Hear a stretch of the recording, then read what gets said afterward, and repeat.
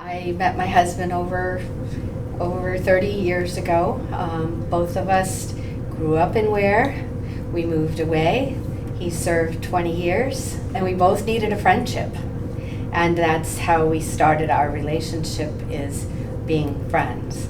He helped me become me again. I had lost myself, and he and my children support my art. He taught me so much about what the military did for him. I think the service and his experiences, and both the good and the bad, made him who he is. One of our 4 sons lives in Niceville, Florida, which is where Eglin Air Force Base is. And our son served 20 years, and his last assignment was there. And he introduced us to the cottages on the bay in Destin. My daughter-in-law introduced me to this wonderful woman who had an art studio, and she supported veterans, and I had no idea. And so I started taking a class now and then, and my husband saw how much it changed me, and he'd go, just go, enjoy yourself, do whatever. My teacher has a little coffee shop that's attached to her art studio, and veterans come in and out, and people from England and all over the world have come to see her because they've been exposed to her over their lifetime because of where she and her husband served as well. My art teacher's name is JoJo. I know her as Angie, but everyone there affectionately knows her as JoJo. She's an extremely talented artist, but she and her husband are very, very involved with veterans, and especially those exposed and affected by PTSD. And so art is one way that's very therapeutic. I just feel such a strong bond. The level of respect, the level of kindness, the fact that they would do almost anything for you is what I love.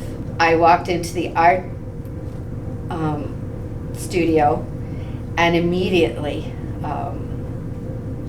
my art teacher looked at me and said, "Something is wrong. Nancy is not the Nancy." There's no negativity. It's all uplifting. And I've never felt so energized as to be around people with the kinetic energy of positivity. I've done many different pieces of art, but the pottery is where my heart is right now. And I feel I can express a lot of my thoughts and feelings and my life through the art. All that my husband is, I feel he's learned through what he's done in the military, whether it be his job or a lesson learned or something. And I did the heart for him because he's always with me. I have a dragonfly and fish and things that represent both Florida and New England. And E. Cummings wrote the poem, I Carry Your Heart. And it's a very simple poem, but it's a beautiful one. And then I will press the poem to the back to try to do something fun. So every part of my fish, every little imprint is something that reminds me of either our home or something about him. Places we walk that are filled with, like, the stones have patterns. He loves our yard. We have a very big yard filled with flowers thanks to him and his hard work, and that's his therapy. And I tried to represent the water because our cottage is like 30 feet from the water, near Midbrae Bridge. And to me, the flow, of the fins, the bright colors are representative of Florida because it's such a vibrant area. So that's how art has really, the military and art have come together for me.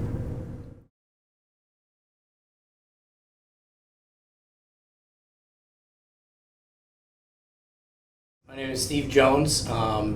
I served in the Marine Corps from 2001 to 2009. I did direct air support which is a 7242 MOS. Was deployed to Iraq in 2004, 2005. And in that time, I ended up processing 43 requests for casualty evacuations in the last 30 days I was in.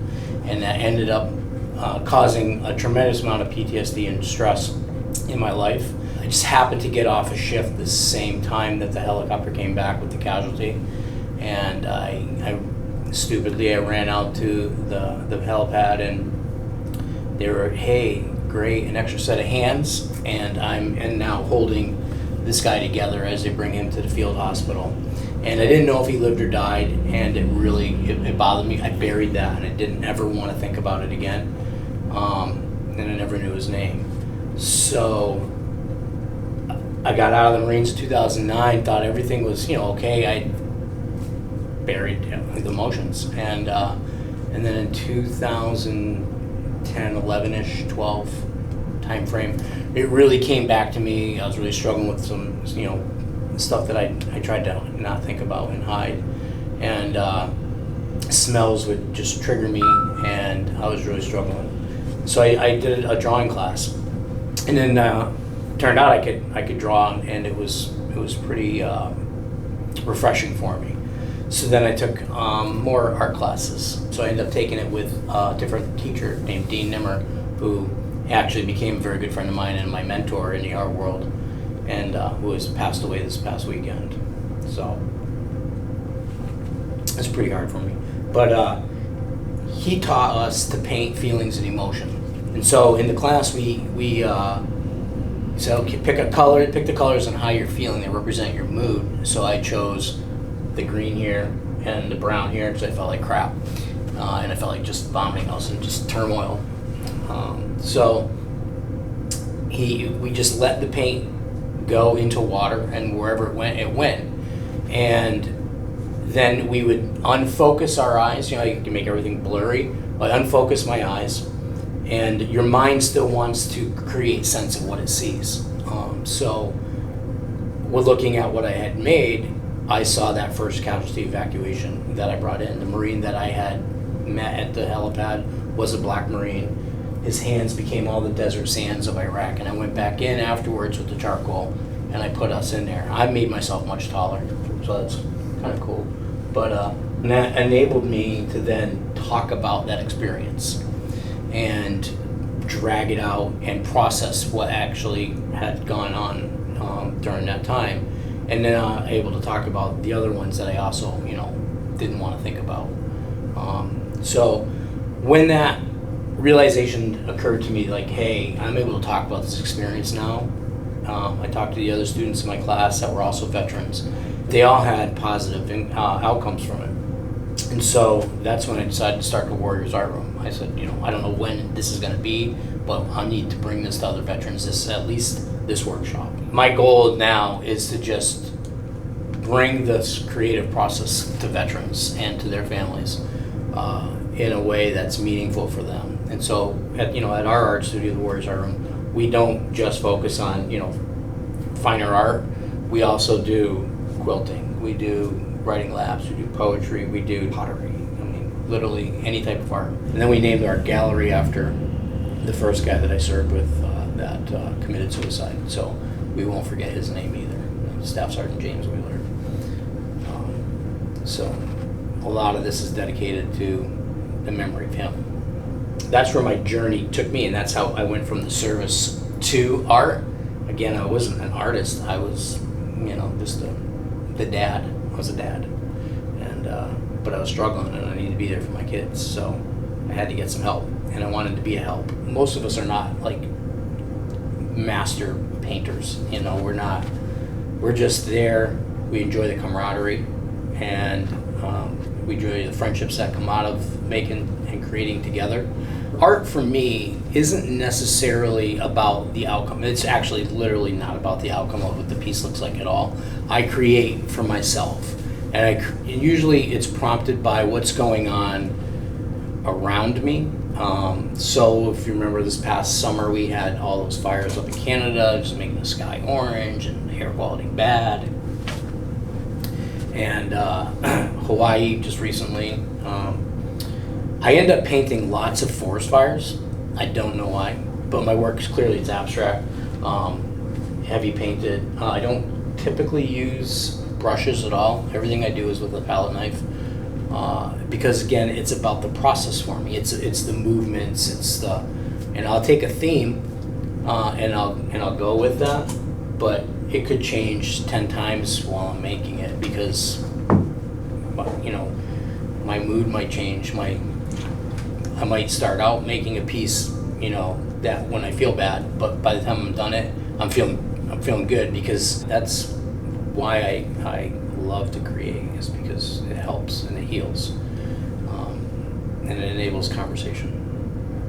When we were children, we made art, and they often stick men, and Mom was proud of them, and she put them on the fridge, and at some point we decided that wasn't good enough, or the other things became more interesting, sports or cars or girls or boys, whatever, and I think we were all made to create. Like, nobody had to teach us to create when we were a little kid. We took some crayons and we were proud of what we made, and somewhere along the line we went away from it, and when you can rediscover that, one of the joys from your youth, I think it's pretty powerful, and it can be a good tool to use to express yourself.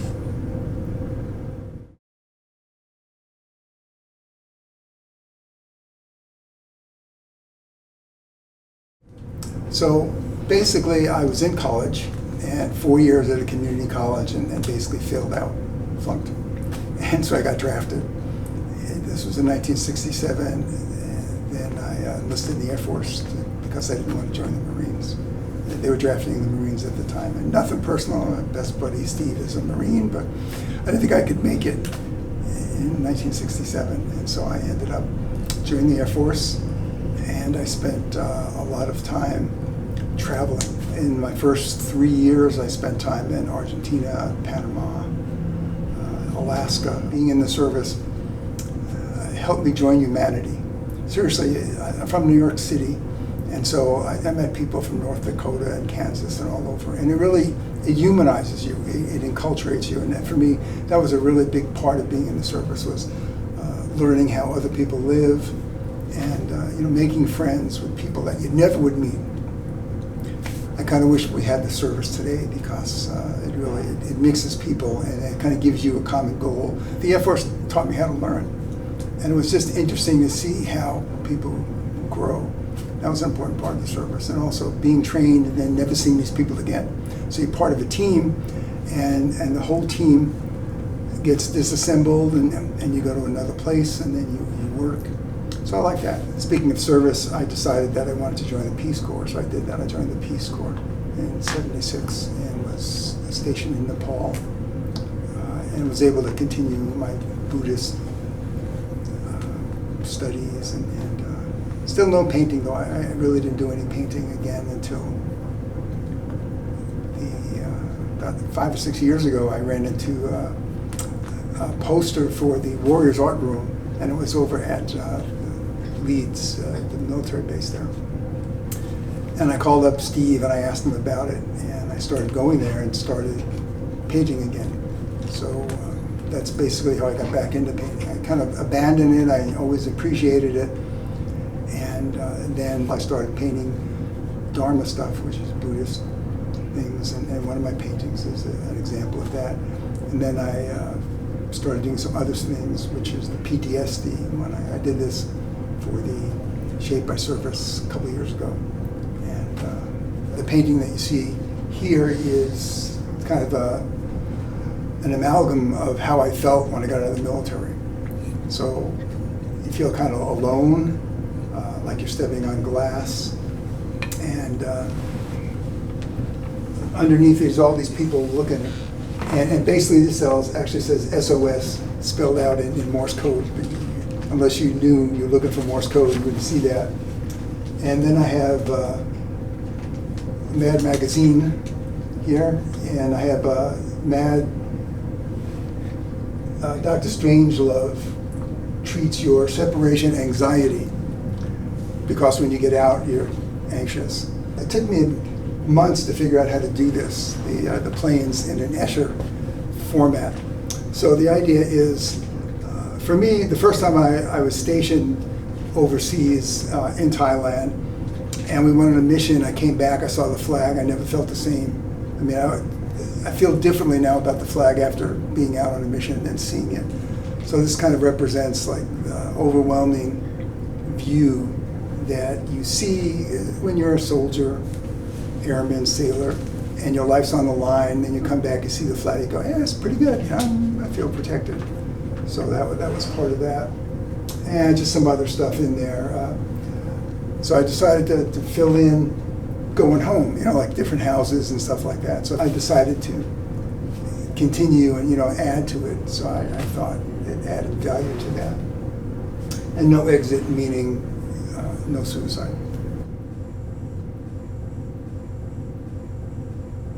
This is an example of like a lot of the Dharma paintings. This is called the Tara of Pioneer Valley. So I put this in the Big E last year. I got like second prize or something. Big deal. But it's a pencil drawing, and I do Buddhist practices. I do certain things. I do a thing called dream yoga. So basically, it's getting lucid in your dreams, but then using your dreams to benefit your life and learning to actually become more flexible as a person.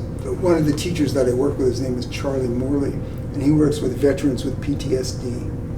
And so there was actually a study that I was part of a couple of months ago where they took 50 veterans who had PTSD, much more recent than me. I mean, 50 years ago in the military.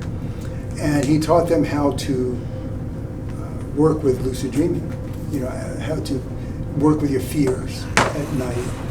And the whole theory is if you have fears at night, what you would do is you embrace the fears because they're part of you and they want to be integrated. So I had this one dream. I was in London and I was walking down the street with a box of pizza, big box, square box of pizza, and people are running out of the subway station and they yell, "There's a monster, there's a lizard," and stuff. So I went down there and there's this big lizard, and I hit it with the box, pizza box, and it turned into a bunch of salamanders and ran away.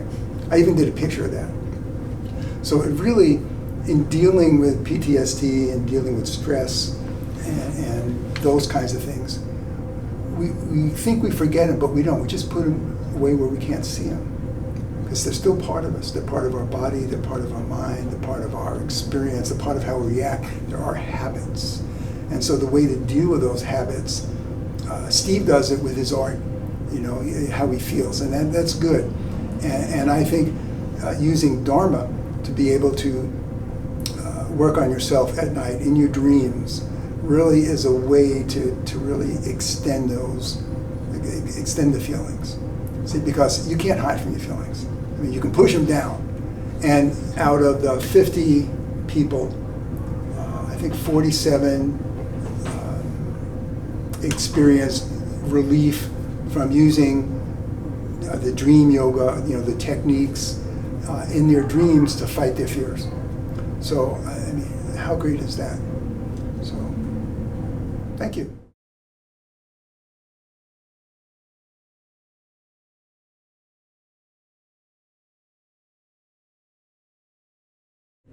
Good afternoon. My name is Anthony C. I am a veteran of the United States Coast Guard right at the end of the Vietnam era in 73 through 76. I went into Coast Guard because I didn't want to go to war, and I thought that the best thing I could do was to help people and save lives rather than hurt lives. The military gave me direction. When I was in the military, I had a direction of where I had to be, what I had to do, the mission, and to be successful in the mission, and that was outstanding. After my service, I got into the aircraft industry and machine building and stuff like that. But when the industry went to CAD, computer-aided drafting, I had an eye for it. I have a mechanical eye for three-dimensional. And that just helped me in my CAD in doing three-dimensional work, which comes into my artwork.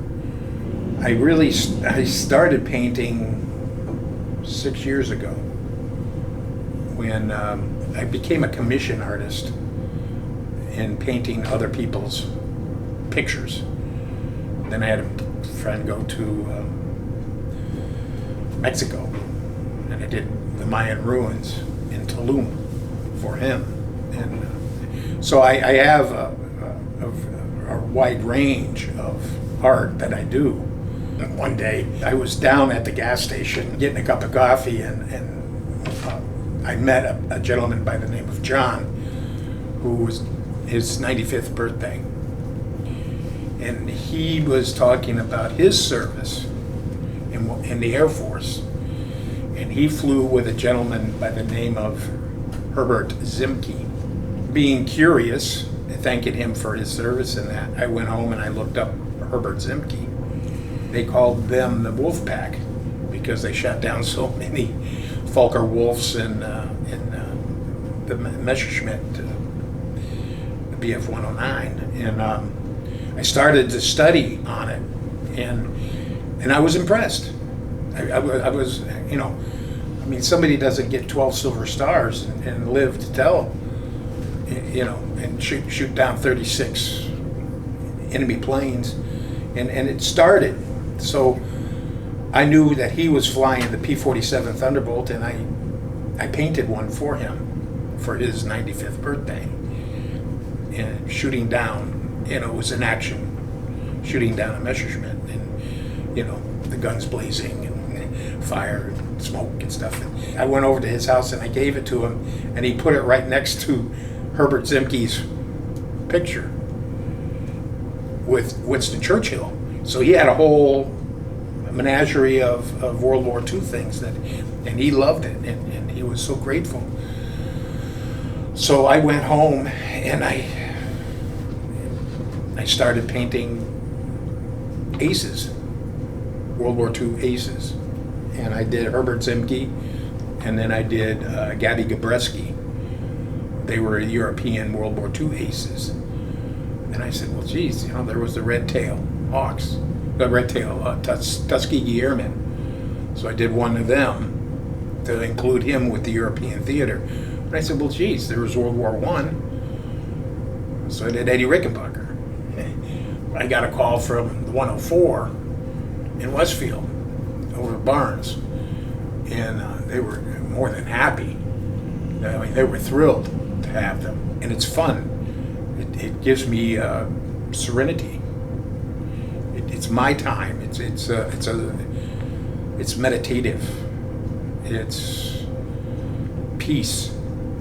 It's what I need in this world of ours that's hodgepodge, where I can actually sit down and meditate on a painting and have something there when I'm done. This is the P-51 Mustang. I did it for the 104. It is Barnes Air National Guard.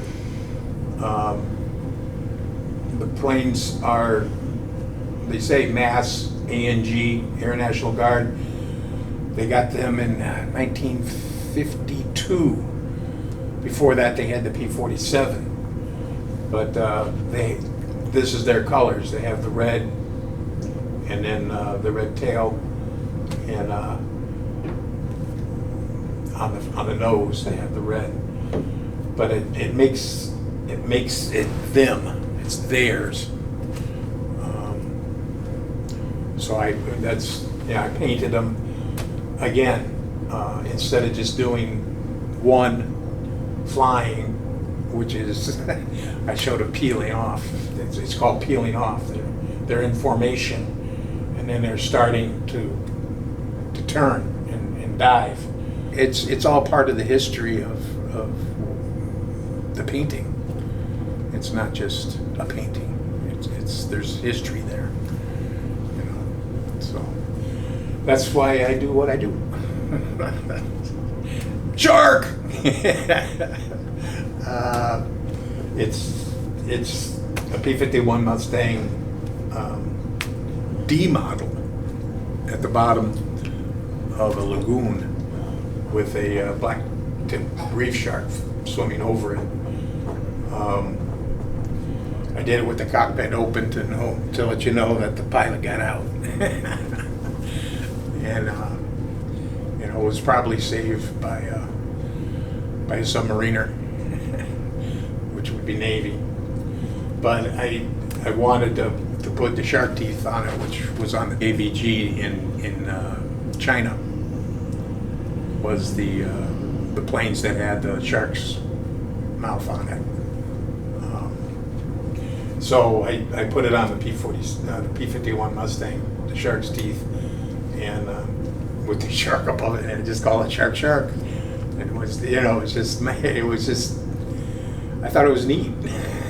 That's all. I just took a picture of that and put it under the water. Now I have found who I am. It's as Anthony. My name's on it, Anthony. That's who I am.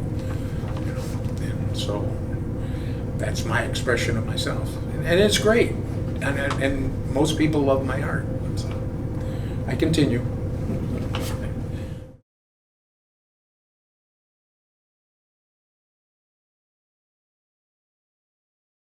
I joined the military on November 24th, 1965, Thanksgiving that year. It was the day after my 19th birthday, which was November 23rd, which is Thanksgiving this year. I joined the military because you had a draft in 1966, and my number was 20.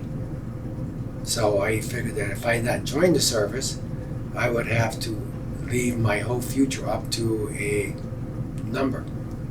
So I joined, and I went to school at Fort Knox, Kentucky. Then I went to Fort Bliss, Texas, where I became a Nike Hercules crewman, and that's a air defense system that shoots nuclear weapons against large amounts of planes. And my first assignment was Windsor Locks, Connecticut, on top of Windsor Hill. And I was very quietly enjoying my time in the military. And my boss said, I met this young lady that I think you would like. So I says, oh, he said, I got her number for you. So I called her, and she said, I'd love to meet you. So I drove there the next day. I was duty driver, and I went to her apartment. She lived in Hartford. Don't smile. She knows the story. And I introduced myself, and the first thing she said to me after we talked for about an hour is that I'm making dinner Saturday. Would you like to come for dinner? I did not know what she was making, but I said sure. So as I got back in my car and left, I looked at her. She was standing right there.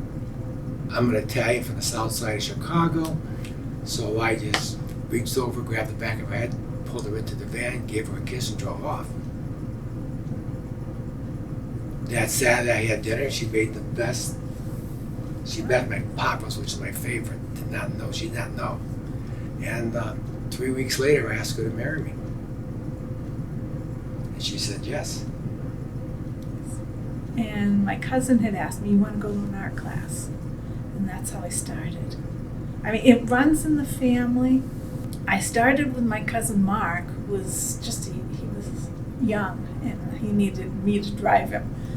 And I started, and I really liked it, and I started in oils.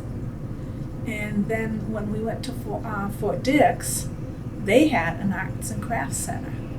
And he watched Marcia, and I went to art class. And I thoroughly enjoyed it. That's where I learned to do my colors. I've had people call me up and say, can I talk to Linda? Linda, what's going on here? What do I got to do? She goes, okay, get cerulean red and get this one today. Mix them up a little bit. Go, oh, I got it. Good. Thank you. Bye. My first class at Fort Dix, New Jersey, I learned, the teacher there was from the University of Pennsylvania. And I learned how to mix colors. And I just took like a duck takes the water. And that was the easy part. Drawing is a little difficult, but Howard taught me a lot of different ways to draw. And he was a professor, retired professor at Fitchburg State. He taught a group of us, and I studied with him for 9 years. His name was Howard Besnier. It was amazing. And so I can now paint in oils, watercolors, Japanese rice ink. I can do all of it. And we were going He taught her his doctorate. He taught me his doctorate from Yale. So he has, he was a very unique individual. He actually had a planetarium on top of his house. And in his studio, you see people have places to paint. His biggest wall for painting was 16 feet high. So I mean, he had everything. Amazing. And you can buy any of his paintings you like if you got about $5,000 to $10,000 a pop. Well, he's passed on now, but I have. There was a group of us that stayed with him until he passed away, and he was 94 when he passed away. Yes. 3 days a week they'd paint. I'd make lunch for him. But he was a unique individual. Very unique individual. So During COVID, Howard was put into a nursing home. So he couldn't take care of himself anymore. We couldn't visit him that often. So everybody started coming to our house at lunchtime, bring lunch, paint for a couple hours. All our friends were there. And she was painting with these 4 people, and I walked into the living room, into our dining room. We have a gigantic house, this is the size of our dining room. And I went, oh, that's easy. And they went, what do you mean that's easy? I said, that's easy. So they said, why don't you sit down and paint? So I did. When I got done, they went, you can paint. I said, I didn't say I didn't paint. I said, I don't paint. So they hooked me in. yeah. But that's really where our painting comes from. It's just, it's something we can do together. And I can always straighten out perspective. Yes, and I can fix your colors. We do teach a religious education class at our church in town, and we do with the class. We also do a painting. We do a little art class. What we do for the kids is a couple of years ago we did the first 7 chapters of Genesis. And I would read it to them, and they would sit down with all their acrylic paints and paint what they heard and how they feel about it. Some unbelievable paintings. I have copies of them. You have a picture of it. I have a picture of unbelievable paintings. Last year we did the second 7 chapters, which is Noah's Ark. That came up. So we have a nice young priest, and he painted with us last year. Unbeknownst to we didn't know he was colorblind. So I had to get one of my better students. I says, Kathy, you have to sit with Father and tell him what the colors are. Because he didn't know what the colors were. He says, I want this guy to be, I know what the color, but I want this guy to be blue. Which one's blue? So now this year's class, we're going to have, what they want us to do, we generally do it on canvas. And so they want you to do watercolors.